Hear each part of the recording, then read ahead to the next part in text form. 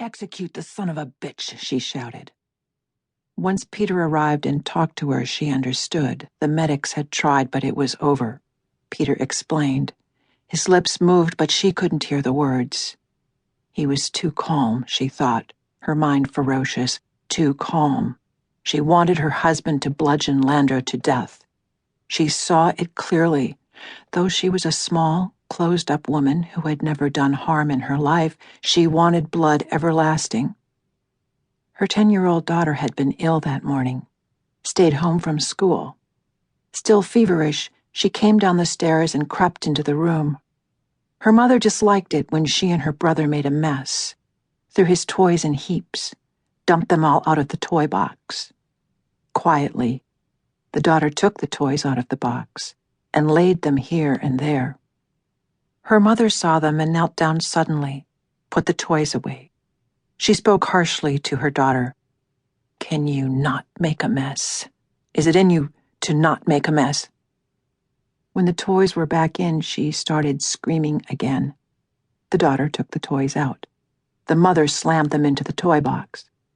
Every time her mother crouched down and picked up the toys, the grown-ups looked away and talked loudly to cover her words. The girl's name was Maggie, after her great-aunt, Maggie Peace. The girl had pale, luminous skin, and her hair was chestnut brown. It lay on her shoulders in a sly wave. Dusty's hair had been a scorched blonde, the same color as the deer. He'd been wearing a tan t-shirt, and it was hunting season, although that wouldn't have mattered on the side of the boundary where Landreaux had shot at the deer. The acting tribal police chief, Zach Peace, and the county coroner, an 82-year-old retired nurse named Georgie Mighty, were already overwhelmed. The day before, there had been a frontal collision at 2:30 a.m., just after the bars closed. None of the dead in either car were wearing seatbelts. The state coroner was traveling in the area and stopped at the reservation to expedite the paperwork. Zach had been struggling with this side of things when the call about Dusty came in.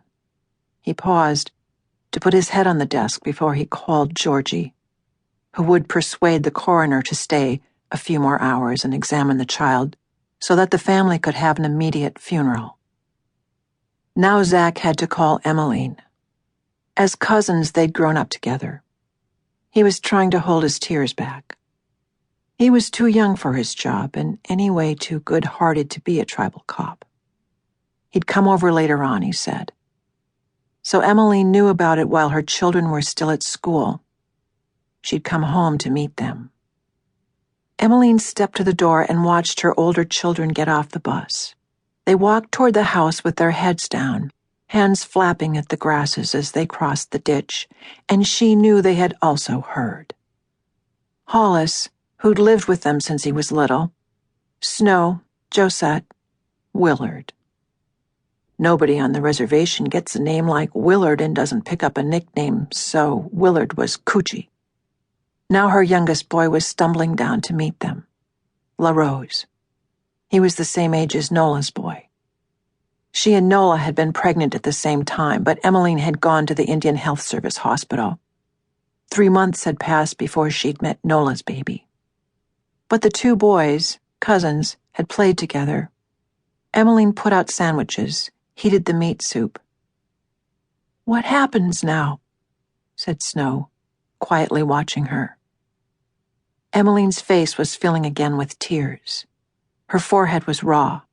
When she'd knelt to pray, she'd found herself beating her head against the floor, and now fear was leaking out of her in every direction.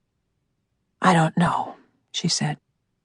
"I'm going down to tribal police and sit with your dad. It was such—" Emmeline was going to say a terrible accident, but she clapped her hands over her mouth and tears spurted down, wetting her collar, for what was there to say about what had happened?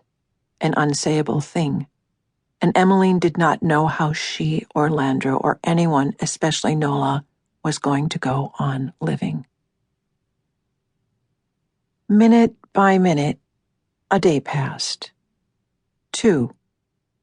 Zach came over, sat on the couch, running his hand over his brushy hair. "Watch him," he said.